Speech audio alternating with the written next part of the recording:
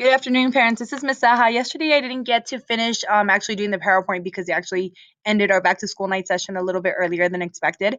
I wanted to I wanted to discuss the procedures for the birthdays and our field trip with parent volunteers. So I'm gonna bypass this schedule. You guys already seen it on the first day of school. I will share this PowerPoint with you, so if you needed to go into detail and actually sit there and read it all, you guys would have the information as well. We talked about modified days already, about field trips. The reason why we modify is for field trips or for any holiday activities that we do as a class. You guys know my classroom rules. They're posted in your child's folder as well. Dojo, just constantly check Dojo. I will starting next week. You'll see me start deducting Dojo points for kids' behavior if it comes to that.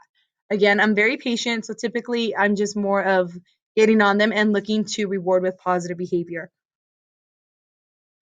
And then this is the rewards and consequences. For Dojo, for every 20 points that they receive, they do get to go in the treasure box, and we do treasure box on Fridays. So tomorrow, students will be able to go to the treasure box and cash in on their rewards for the Dojo points. As a reminder, just continue to sign your Avid binder and starting the calendar, and you will start this on Tuesday evening. You sign just for that day, not for the whole week. So every day, daily, you're signing. And then again, the monthly homework projects will be going out. You guys did receive the first one already. And then the rubric on the right is just a screen of showing you guys a screenshot of how we actually grade the kids and what it's based on. So when you go at home and you guys do your projects, you can practice with your children. Birthdays. This is a big one. For birthdays, birthdays are a big deal in kindergarten. It's basically like a holiday to them. So we do celebrate birthdays. However, we can't throw your child a party. So what we technically do is we allow parents to bring in like a goodie bag. You can bring in something that comes in a little baggie that I can easily just hand out and give it to the kids on their way out. We do sing happy birthday. Your child will get a superhero mask and a hat for the day. But I ask that you guys make sure, even if let's say you want to do a cupcake, you can do a cupcake, but you just got to put it in one of those clear cello bags that you can get at Dollar Tree or Michael's. Kind of like the candy bags, what they come in, you can put it in there, and then we would hand it out that way as well. As long as everything is in a little bag, we can easily hand out. I do have students who are allergic to peanuts, so anything that we do have cannot have any peanuts. So please, no peanuts. Read the labels. If you do buy cupcakes, usually there's not any peanuts in it, but still double check it. And then please make sure that you have enough for 30 kids. If you do not have enough for 30, we cannot hand anything out. So please, please, please make sure that you do have enough for 30 students.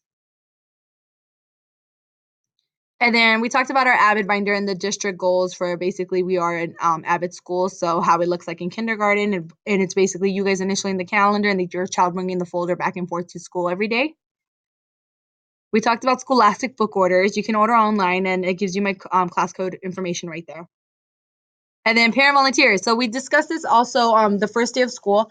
If and when you guys get cleared, you get the acceptance letter from the district saying that you have been cleared. Remember, you do need to select field trip 1. That's the one that you have to go get fingerprinting and turn in your TB shots. When you do select that information, you'll get an acceptance letter emailed to you. Once you get that letter, please let me know that you have received that letter, because then I have to double check on my end that you have been cleared. You cannot say, oh, I've been cleared for the classroom one and expect to go on a field trip. It has to be the field trip application that you filled out. If you filled out the wrong one, just call the district and make the changes and getting fingerprinted.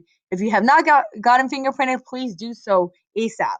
We're hoping you might not be able to get cleared now in time for our pumpkin patch field trip, but maybe for the future field trips, you may be able to. We have another one coming up. We have the fire station in October as well, but we also have one in December coming up. So just go through the process. If you don't get in this one, you might get in the next one. Our field trips are, when we select parent volunteers, it is a lottery system. Your names go in the hat, we pull a name out.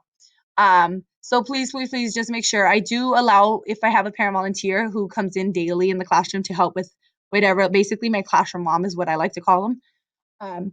If we have that person that's constantly in the classroom helping, I do automatically guarantee them that spot for all the work that they have done for all our kiddos. But it's most of the time it's literally a lottery system. I pull out a name, that's the parent that's going on the field trip. Please make sure that you guys, like I said, have the fingerprinting done. That's the biggest thing that takes the longest to do. Do your TB shots. Again, our district provides all that. If you guys need the sheet with all the information again, let me know. I do have extras. And your ID, make sure you have your ID turned into the office. They will scan it in and add it to the system for you as well. If you have any questions, please let me know. For our field trips, if you are not selected to go on the field trip, or you do not have fingerprint clearance and you just want to show up at the, let's say, the pumpkin patch, you cannot do that. I cannot allow you to be near the children if you decide to show up at the pumpkin patch. Like, you're not allowed around any of our students at that point. So please just know that it is in our bylaw in the handbook, that basically stating that you guys cannot just show up to wherever we're at for the field trip and be there. You have to go through the clearance, and it's basically for the safety of your child and all the other children at our school site. It just takes a few minutes for you to go and get fingerprinted, so please just sign up for time and get it done as soon as you can. Also, for any of our field trips, we're asking for donations from the children, and we do have a parent volunteer. We do ask the parent volunteer to also pay the donation, because it's still a ticket that we still need to pay for when it comes to that. And then this is just the standards of what we expect your children to learn. We did talk about this on the first day of school as well. I will share the PowerPoint link so you can go over everything. And just helping your kids, we talked about writing from the grass to the fence to the sky in their folder. An easy way to help them with flashcards is just like putting 2 letters, numbers, sight words, whatever it may be that you're working on, and then slowly add another as they continue to learn. Keep adding to the bag.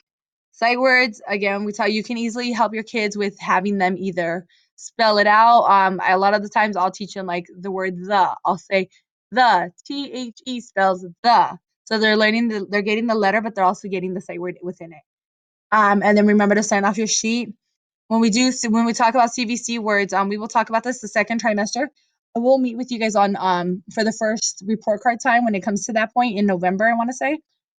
So when we do meet, then I will explain to you guys the CVC and how to start helping your children. Hopefully by then all your kids do know their letters and letter sounds as well. And then here's a sample of our paper, which you guys do have in their folder as well. My classroom site, this website, I do have like the music videos that we do on YouTube, the videos that we watch in the classroom. They are posted on this website. I do also have this linked and saved on your child's Chromebook in the classroom. If your child uses a sibling's Chromebook, they can log in and it'll be saved on there as well for them to just go straight to the videos and get that practice. And any donations. So donations that we need, as you guys noticed when you guys were in my classroom, I do have bins of water bottles. Studies have showed that if kids are drinking water when they're in the process of learning, that they make more growth. So I keep water in the classroom for my students. I'm on my second case of like 80 water bottles. So any donations at any point throughout the year, this is probably the one thing that I'm going to constantly be hitting you guys up about, is if we can get donations of the kid size water bottles, especially right now since it's so hot. The kids are literally going to by 2 to 3 bottles a day. I don't limit them. It's helping them.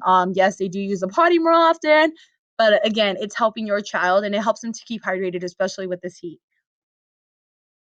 And we talked about chapstick. Keep it in children are allowed to bring chapstick, not lip gloss or lipstick. And then also talk to your child about not sharing their actual chapstick with anybody else. And then again, my classroom is freezing. So please, if you want, you can leave a sweater in the cubby. You guys saw some of the kids already had sweaters in their cubby. You guys, especially my early birds, it's freezing in the morning. You guys can leave sweaters in the classroom for your child and they can just put it in their cubby, get it when they need it, and then when they're done, they'll place it back in their cubby. Attendance, please make sure that when your child is absent that you guys do send in a note. You call the office, or you can even dojo me. Once I get a dojo, I usually email the attendance lady and let her know that you guys have already made contact about the attendance. And then if you have questions, you guys can email me or call me. Class Dojo is honestly the fastest way to get a hold of me. It's attached to my cell phone, so wherever I'm at, I'm gonna get the message. So again, check Dojo daily. I think that's the biggest thing. I'm constantly updating you guys on there. But if you have any questions, please don't hesitate to contact me. Thank you guys for listening to this.